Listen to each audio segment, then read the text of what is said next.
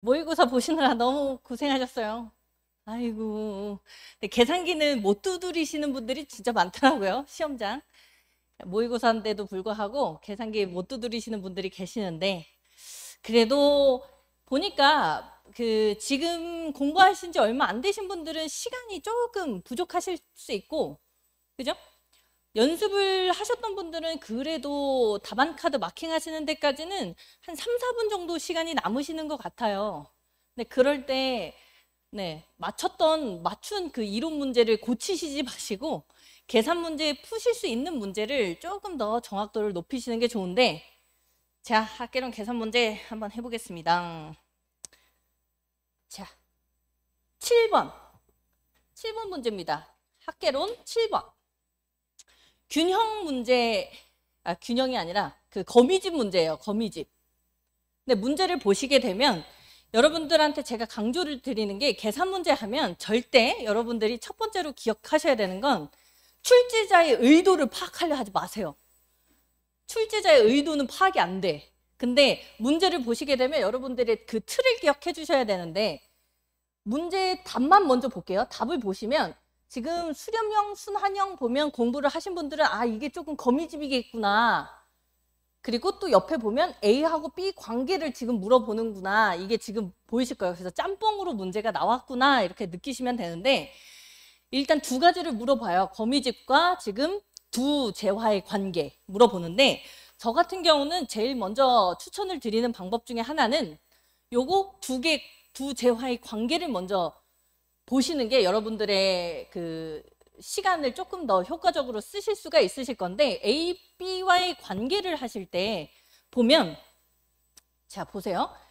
노란색 A 부동산 상품의 가격이 5% 상승이에요. 그러면 가격이 올라가면 그 재화 안 사죠. 그래서 그 물건 안 사, 수요가 떨어져요. 근데 B 부동산 상품의 수요는 5% 증가했대. 그러면 A 부동산은 수요가 떨어지고 B 부동산은 수요가 증가해요. 그럼 둘의 부호가 방향이 화살표가 반대네. 그쵸? 반대야 반대. 그래서 두 개의 반대. 그래서 대체제예요.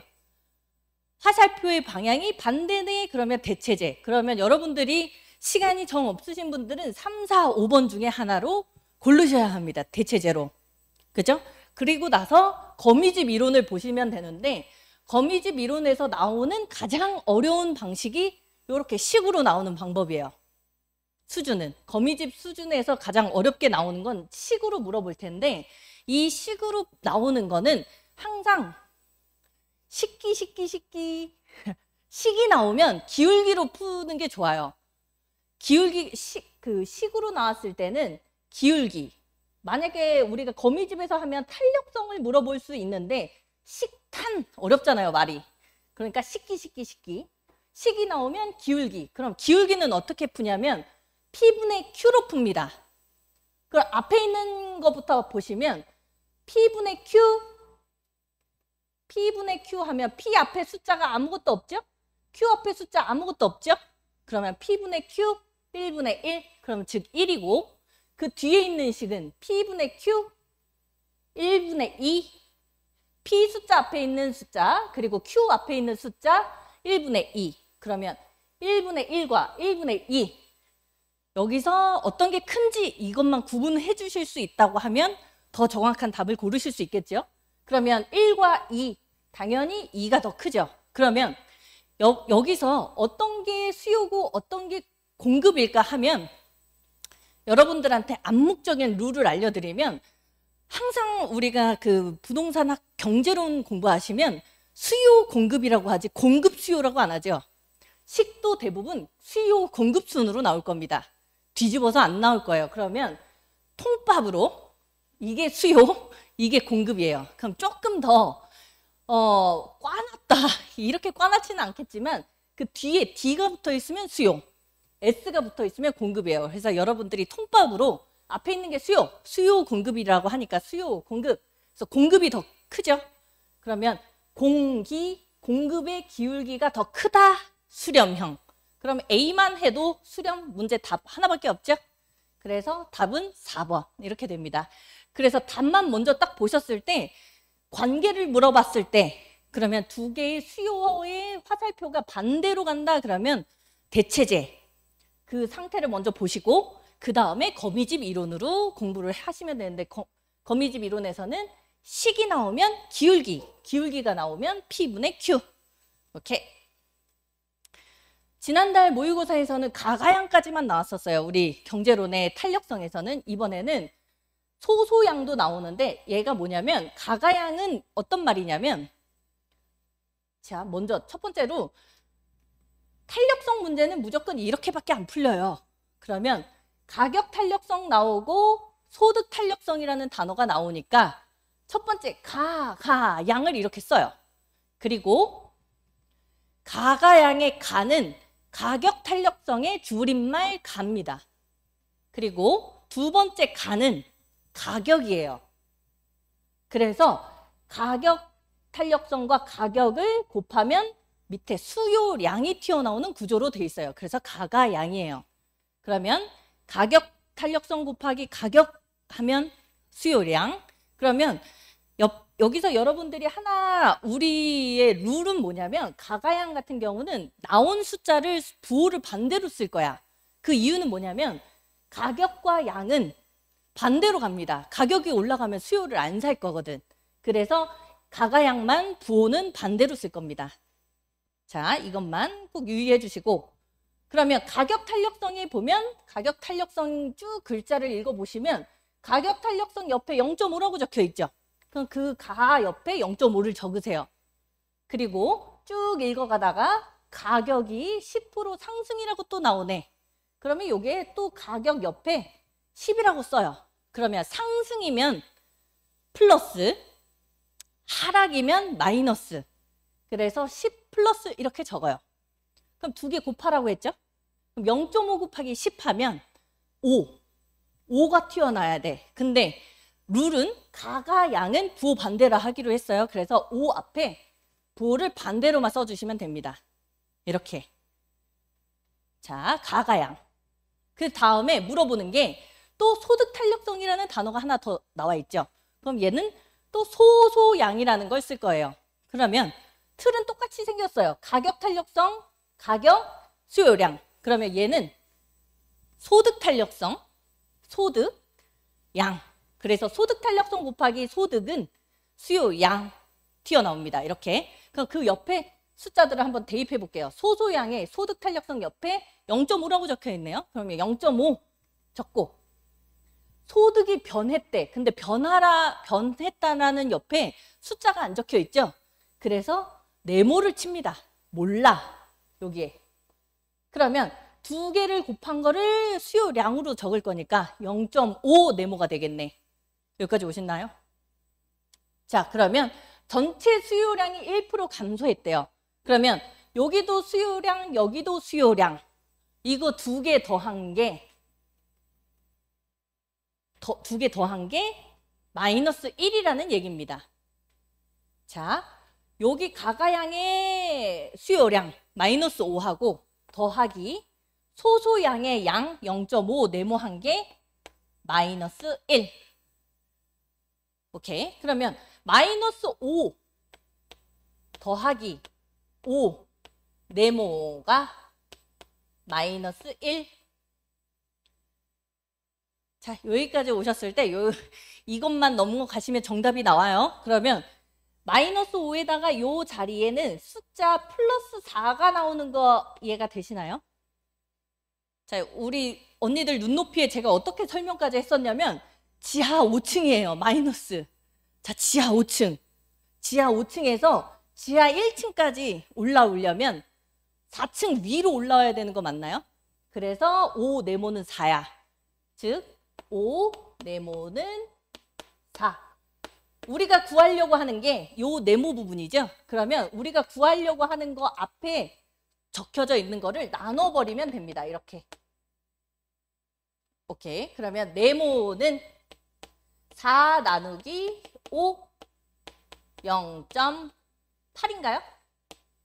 그죠? 그러면 숫자 비슷한 거 8로 쓰시면 됩니다. 이렇게 가가양, 소소양까지. 탄력성 문제는 여러분들이 가가양과 소소양을 기억해 주시면 되고 그거에 해당하는 단어 옆에 있는 숫자를 그대로 갖다가 그 틀 안에 넣어주시면 됩니다. 그래서 여기서 주의하실 건 가가양은 부호가 반대라는 것만 생각해 주시면 돼요. 자, 다음 문제. 14번. 정보의 현재 가치.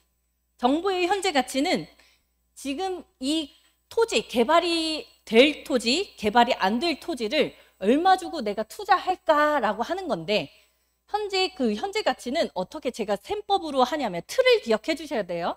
정보의 현재 가치를 물었다라고 하면 자, 그 땅을 빼꼼 쳐다봐요. 빼꼼 쳐다보면 그 주변에 냄새가 나는지 안 나는지 볼 거야. 그래서 빼꼼 안 나요, 나요 이거예요. 자, 그러면 뭐냐면 여기 그 단어들이 지금 나누기인지 이걸 제가 넣어놓은 건데 빼꼼의 빼는 뭘까요? 빼기예요. 빼. 뭘 빼냐면 우리가 개발되는 뭐 숫자 금액들이 적혀 있을 거예요. 그러면 숫자 2개를 뺍니다. 참고로 저는 단위를 억을 만으로 고칠 거고요. 웬만하면 그냥 그 앞에 있는 숫자만 그대로 쓸 겁니다. 공 쓰는 시간도 우리는 줄여야 되니까. 그래서 앞에 1121억을 1121 빼기 1000. 그래서 빼. 꼼은 곱입니다. 곱해. 뭘로? 여기 안이 있죠? 안은 뭐냐면 개발이 안 될 가능성을 곱합니다. 개발 가능성은 반반이라고 하면 안 될 가능성은 50%죠. 그래서 안 될 가능성을 곱하는 거예요. 그래서 곱하기 50%. 그리고 나요 이건 뭐냐면 나눠요. 나눠. 뭘로? 요구 수익률로 나눕니다. 그래서 요구 수익률이 10%라고 하는 얘기는 얘는 1.1, 즉 1 더하기 0.1, 1.1로 나누는 거예요. 근데 왜 나요가 한 번 더 붙었냐면 2년이라고 붙어 있으면 나요 2번을 나누는 거고 만약에 1년 뒤에라고 나왔다면 나요는 한 번이겠죠? 이렇게 하시면 됩니다. 만약에 3년 뒤 그러면 나요 이렇게 하시면 돼요. 그래서 정보의 현재 가치는 빼꼼 냄새가 안 나요 이렇게 풀어주시면 됩니다. 자, 자기자본 수익률 문제가 나오면 여러분들은 다 효자가 되셔야 해요. 자, 자기자본 수익률 누가 튀어나오냐면 아버지가 튀어나와요. 아버지 소자 이자 내고 집으로 들어갈게요. 이걸로 풀게 됩니다. 이 틀에 맞춰서 여러분들이 그 틀 안에 숫자를 집어넣어 주시면 되는데 아버지는 뭐냐면 자, 아파트라고 씁니다. 그냥 아파트. 부동산이겠죠? 그래서 부동산의 가격이 10억이에요. 그러면 10억 대신에 만 공 4개. 자, 그러면 아부지라는 틀에다가 지금 맞추는 거예요. 그래서 아파트 또는 부동산을 10억 주고 사는데 10만 원이죠. 10만 원 주고 사는데 부채 얼마, 내 돈 얼마로 구분하는 겁니다. 그래서 부채는 대부 비율이 50%라고 하니까 빚은 5만 원. 5만 원을 빌려와요. 그리고 내 돈은 5만 원 들여서 10만 원을 부동산으로 사는 겁니다. 여기까지 왔으면 여러분들 50% 다 했어요. 그러면 이 부동산으로 수익을 얻을 수 있는 게 2가지가 있어요. 순영업소득과 자본의 그 가격 상승률이 있어요. 자, 플러스 되는 건 연 5천, 10만 원으로 연 5천만 원의 플러스가 되는 금액과 또 한 가지는 이 부동산 자체의 가격이 상승되는 거. 자본의 이득. 그래서 10만 원에 연 4% 곱하기 4% 하면 4천. 그죠? 자, 다시 부동산 10만 원으로 얻을 수 있는 플러스 금액은 소득인 5천만 원과 이 부동산의 가격 상승률 4%. 그래서 5천과 4천이 플러스 돼요. 그럼 여기서 뺄 게 하나 있죠?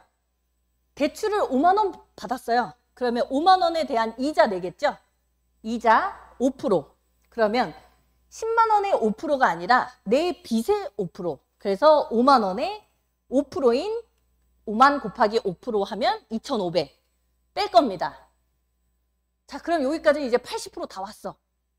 자, 이거를 어떻게 쓰실 거냐면 소자, 즉 소득과 자본이득을 더합니다. 5천과 4천을 더해. 그 다음에 이자 내고 그러면 이자를 빼요.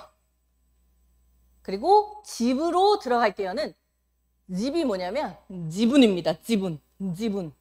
그래서 지분인 내 돈 5만 원으로 나눠버리시면 돼요. 자, 소득이득, 자본이득. 그래서 이자 내고 지분으로 들어갈게요. 이렇게 구해주시면 숫자가 9천. 9천에서 2,500 빼면 6,500. 6,500에서 5만 나눠볼게요. 5만 하면 0.13 나올 거예요. 그러면 답에 0.13이 없어요라고 하고 울고 계시지 마시고 13이 답일 겁니다. 이렇게 보시면 돼요. 맞추셨어요? 소자 찍으셨어요? 네. 이제는 다음번에 자기 자본 수익률은 맞춰주세요. 이 부분을 여러분들이 이 틀만 기억하시면 되는데 아무래도 저 역시도 공부할 때 보면 일단 거부감부터 오는 형식이에요. 형식이지만 그래도 자기 자본 수익률이라고 했을 때 아버지 소자 이자 내고 집으로 들어갈게요로 웬만한 문제는 다 풀립니다. 계산 문제는 욕심내지 마시고 시간이 남으셨을 때 문제 푸시는 거예요. 자, 그 다음에 최근에 배웠던 내용이죠. 금융론의 저당 상환 방식. 저당 상환 방식은 딱 두 가지로 계산 문제 물어봅니다. 원금 균등이냐 아니면 원리금 균등이냐. 그 원금 균등에서는 원남이를 기억해 주시면 되고 그리고 원리금 균등은 원리금으로 제가 대저택을 산다고 말씀을 드릴 거거든요. 자, 원남이부터 먼저 해결을 해볼게요. 문제가 나오시면 원금 균등이 가장 쉽습니다. 원금 균등이라는 얘기는 내가 빌린 돈을 매달 또는 매년 같은 원금으로 균등하게 낸다는 얘기예요. 자, 그러면 1억 2천만 원 원남이는 뭐냐면 원금 그리고 남은 원금 이는 이자입니다. 원남이. 그러니까 원금은 1억 2천이에요. 얘를 10년 냅니다. 그 원금은 매회마다 1,200씩 매년 1,200씩 내겠네요. 그죠? 원금은 그래서 1,200이 답일까 봤더니 월 상환입니다. 연 상환이 아니에요. 여러분들이 지금 빌린 돈이 연 10년간 빌리는 건 맞지만 납부하는 건 월마다 상환할 거예요. 그러면 1년에 1,200씩 내니까 한 달에 그래 걷어가 1년이면 12달이니까 12개월로 나눕니다. 그러면 한 달에 100만 원씩 원금은 내는 거예요. 그래서 원금 균등은 이 문제가 그나마 어렵게 나온 거는 월이라고 붙여낸 것뿐입니다. 그래서 원금 균등은 여러분이 안 빌렸죠? 자, 대출금 33번이 빌린 1억 2천만 원, 12,000을 10년으로 나누고 그 1년에서 월 상환이 12개월로 나누면 한 달에 100만 원씩 납부. 그래서 원금 균등은 100만 원. 그러면 답은 1, 2, 3 중에 있겠네요. 그래서 답은 1, 2, 3 중에 찍어야 해요. 그럼 두 번째, 시간이 조금 더 남아서 원리금 균등을 한다 해볼게요. 그럼 원리금까지 내가 빌리는 거는 제가 대저택을 사기 위해서 원리금을 빌렸어요. 꿈이 대저택을 사는 거기 때문에. 자, 대저택을 사기 위해서 원리금을 사는 거예요. 그럼 대저는 뭐냐면 요건 대출금 곱하기 저당 상수입니다. 자, 대출금 1억 2천 그리고 저는 저당 상수 0.0111 이렇게 대저 이게 원리금입니다. 그럼 계산해 볼게요. 곱하기 0.0111 그러면 133.2가 나오죠? 자, 대저택을 사려고 했더니 제가 이자 내려면 대리를 떼어야 돼. 근로소득으로는 안 됩니다. 그래서 대리를 떼어요. 그래서 대리는 뭐냐면 대출금 1억 2천. 그 대리의 리는 금리예요. 그래서 6%. 그러면 자, 계산을 하면 곱하기 6% 720. 자, 그 다음에 대저에서 대리를 빼는 게 이제 여기가 원리금. 그리고 대리를 떼는 건 이자 때문에 떼어요. 그러면 원리금이라는 얘기는 원금 더하기 이자인 금액이고 얘는 이자예요. 그래서 원리금에서 이자를 빼면 원금이 나오겠죠? 두 개를 빼야 되는데 보니까 이자 부분이 너무 비싸. 그죠? 안 빠지죠? 그러면 여기서 여러분들이 의심을 해야 해. 뭐야? 내가 뭐 계산이 잘못했나? 보면 월 저당 상수예요. 그죠?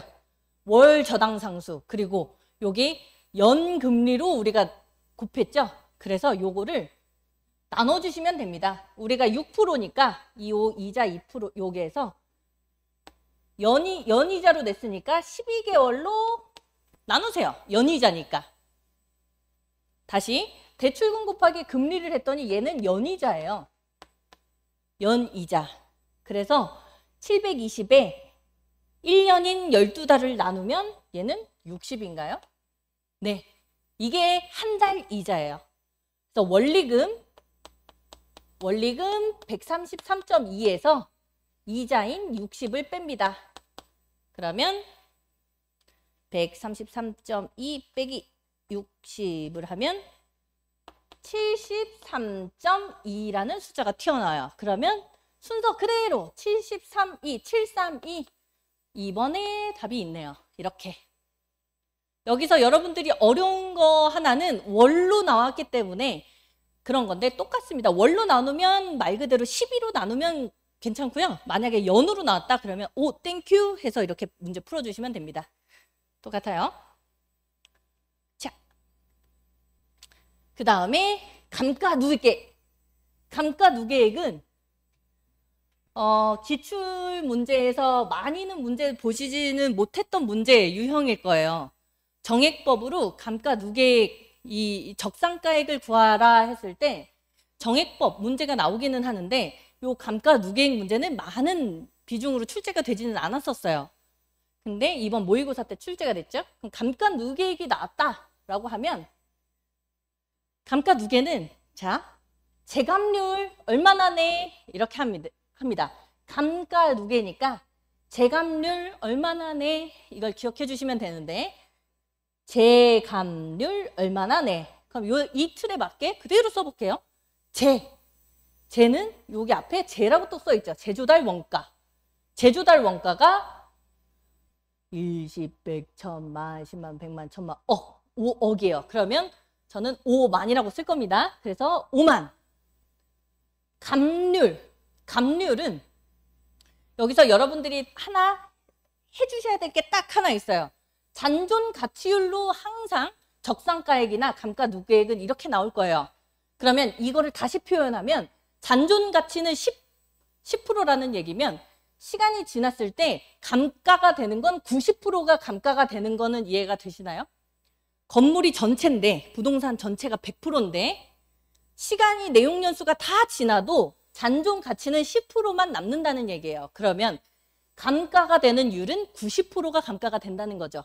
그것만 여러분들이 캐치해 주시면 돼요. 그러면 자, 제값률, 감가율 곱합니다. 웬만하면 나가 나오지 않는다면 다 곱셈이에요. 자, 그러면 제값률, 제조달 원가에서 감률 90%를 곱해요. 그 다음에 얼마 나왔죠? 얼마는 뭐냐면 준공 시점과 기준 시점이 얼마나 지났어 이거예요. 그 2012년에서 2017년까지 5년 지났죠. 곱하기 5. 5년. 여기 드디어 나왔죠? 나는 나누기예요. 나눠. 내가 뭐냐면 내는 여기 앞에 내용연수라고 나와 있어요. 그래서 내용연수로 나누시면 계산기 한 번에 쭉 쓰실 수 있죠? 5만에 5만 곱하기 90% 감가율 곱하기 얼마 지났어? 5년 나누기 내용연수 50 나누게 되면 450 이렇게 튀어나올 겁니다. 와, 수월하죠? 끝입니다. 여러분들 그 계산 문제가 아마 이번 그 모의고사 때 8문제인가요? 9문제가 출제가 됐는데 여러분들이 꼭 맞추실 수 있는 문제들만 해드릴 수 있거든요. 그러니까 연습해서 맞추실 수 있는 문제만 해요. 시간 걸리고 제가 초시계를 항상 지금 몇 달에 한 번씩 초시계를 사거든요. 근데 이번에도 지금 저 초시계를 산 이유도 보여드릴 거예요. 나중에 얼마나 걸리는지. 그러면 20초 만에 풀 수 있는 틀만 기억하시면 20초 만에 풀 수 있는 계산 문제만 해드릴 거예요. 저 역시도 막 1분 걸리는 문제들은 하지도 않아요. 땀 나기 때문에. 그래서 모의고사 보시느라 또 너무 고생하셨고 보니까 저희 그 지금 동차생 1, 2차 같이 하시는 분들은 1차 공부를 많이 하시는 바람에 이제 1차 점수가 조금씩 나오고 상대적으로 2차 점수가 조금 안 나오신 분들이 계시는데 지금부터 또 본격적으로 또 2차까지 해 나가셔야 되니까 체력 관리 잘 해주시고 또 다음 달 모의고사 때 뵙겠습니다. 고생하셨습니다. 네.